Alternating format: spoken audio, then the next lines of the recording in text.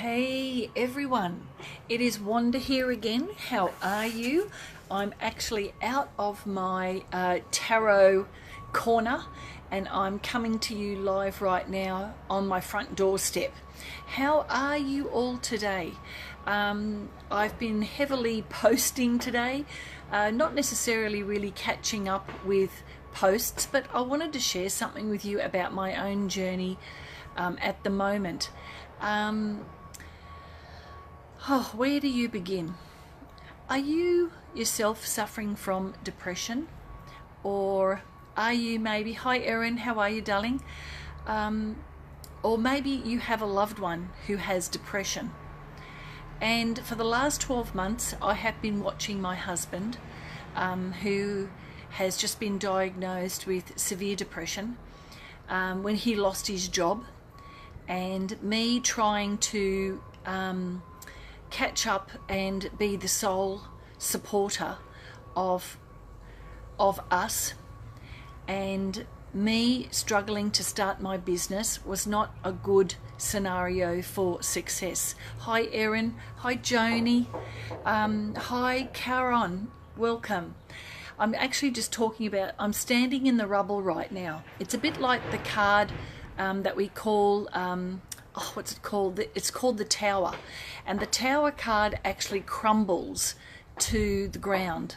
And I'm standing in that rubble right now. And that rubble, that situation is my marriage. And I wanted to share all of this with you because we can look at the world and think that things are changing, but every upset or every situation in our lives is a turning point for all the people who are involved in it, whether it's children, yourself, or your partner. And for my partner and I, we have been through struggle street in a huge way for the last 12 months. But it's not like we were suddenly happily married and then the last 12 months was shit, right? What actually was happening, it's a progression where you learn to put up with the things that don't serve you anymore. And putting up with is not a good reason to stay in any relationship. You learn to grow from that, because any partner that you attract into your life is a partner who reflects who you are right now. And so if anything happens to you or that partner, whatever that might be, what you need to do most importantly is to learn to grow from it. And I'm predominantly talking about myself. Now, I'm not a kind of person who suffers depression on a regular basis. I have suffered depression through emotional losses, but I've gotten back on the horse, if you like. So it's not necessarily me. People who know me as a person, I'm sort of known for, I'm usually a very positive person. I bounce back very quickly. But in the last 12 months, it's been real shit. Watching my husband slowly go down the hill, and no matter how hard I tried to uphold him, to help him, it didn't stop what actually happened. Him falling down to a point where I was allowing him to be this way. I was supporting the depression. And even though he wasn't diagnosed with it, I was hoping that maybe he could pick himself up like myself. I was hoping that he had that resilience to do that. And it didn't happen. It just got progressively worse to a point where I actually wanted to walk away. My closest girlfriends, my soul sisters know that. Hi, Irina. Love you. So I don't want to actually cry in this video, but I want to share it with you, because if you've got a husband or a partner or someone in your life who has got depression, they have to take the action steps to do something about it and recognize that they are not living the full life that they are. And it took to the point where I almost walked out for my husband to realize the impact that the mental health of another individual can affect the other person. when I'm very much a person who likes to solve problems, I like to help, I like to assist. But over the period of 12 months, when you've been trying and doing your best and it doesn't work, that has left me depleted in a very big way. And then the two of us go down the mountain. The two of us are standing in the rubble. And I had the realisation yesterday, because the last 48 hours have been full on shit. But I've learned something. You don't run away from depression. You have to face it on.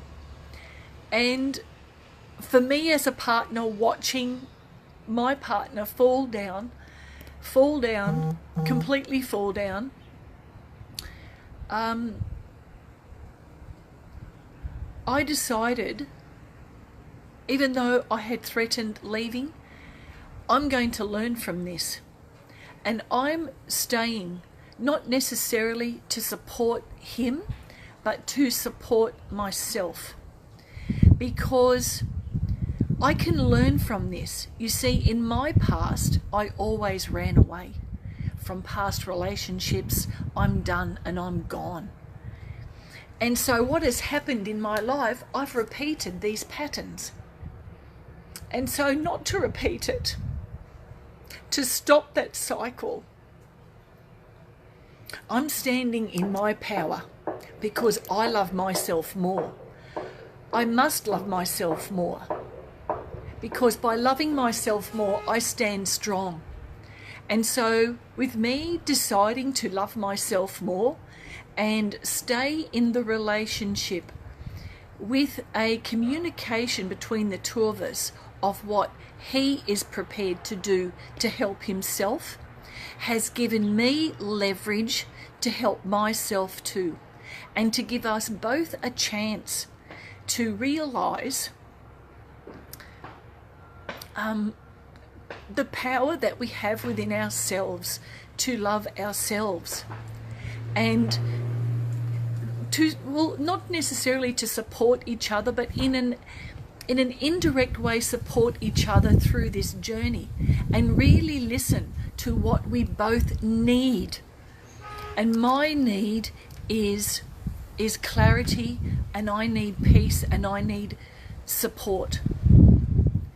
He needs time away. He needs to take the action, and he has done that. Now, does that mean that we stay together? Maybe not, maybe yes. I don't know. But all I know is that I'm not running away this time.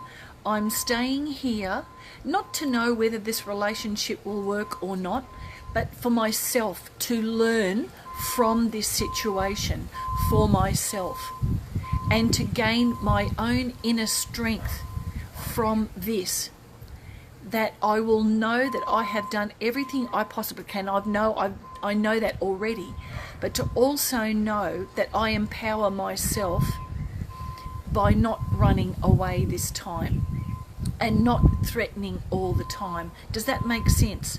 For my husband, for my partner, he has got a journey ahead of him, and he may decide that this partnership is not for him either, and I'm prepared to take that risk, because we are both seeking expansion in our own way.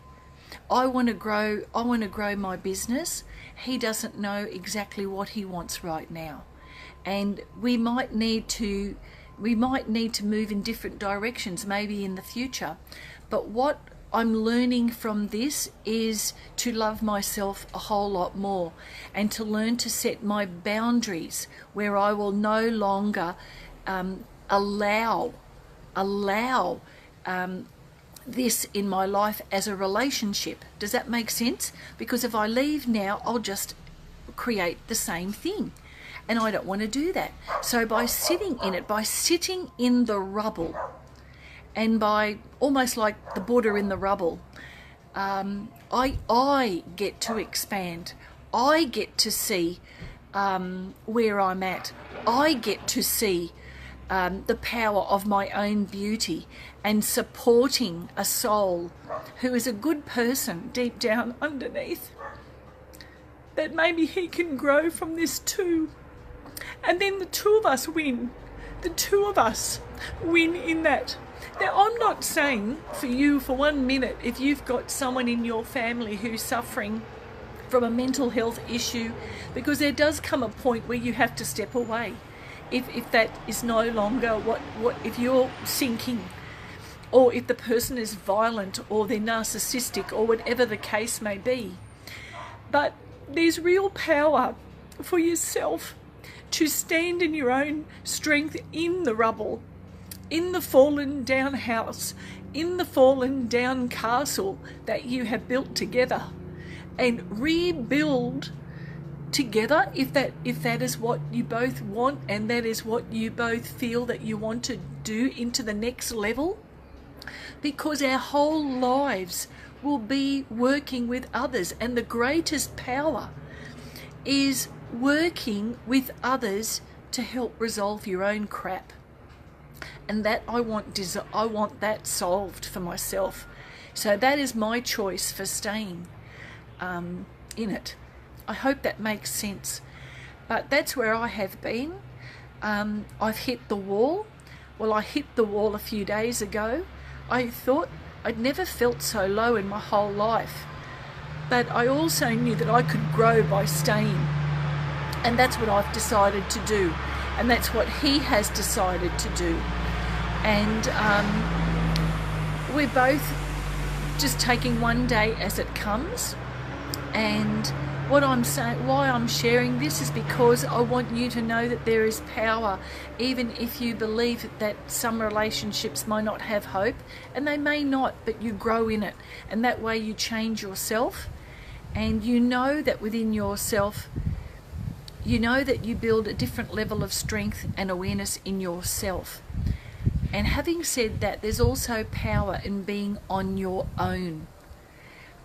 Living life on your own with your own self, and just having to love you and look after you, and that's powerful in itself too. And having said that, I think that's the third time I've said it. I'm sorry about that, but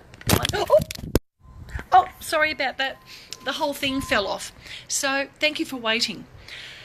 So finally, there's power in being on your own and having time to yourself, your own energy, and knowing what that is. And I've spent a lot of time on my own in my life, and now I choose not to run away from this, not only in support of my partner, but also in support of myself, so that I get very clear about what I want and resolve the issues in myself of running away. And also making choices and decisions for myself that doesn't have to include him all the time, because I am my own person. And one more thing is, what I learned from a great soul teacher is that you have to be the cause in your life. You are the cause. Because when you are the cause, you create an effect. There's cause and effect. You create that cause. And that cause is for what you really, really, really need in your life. What are your needs? And what are those needs that are going to be the non-negotiables for you? Does that make sense? The right decision is different for everybody.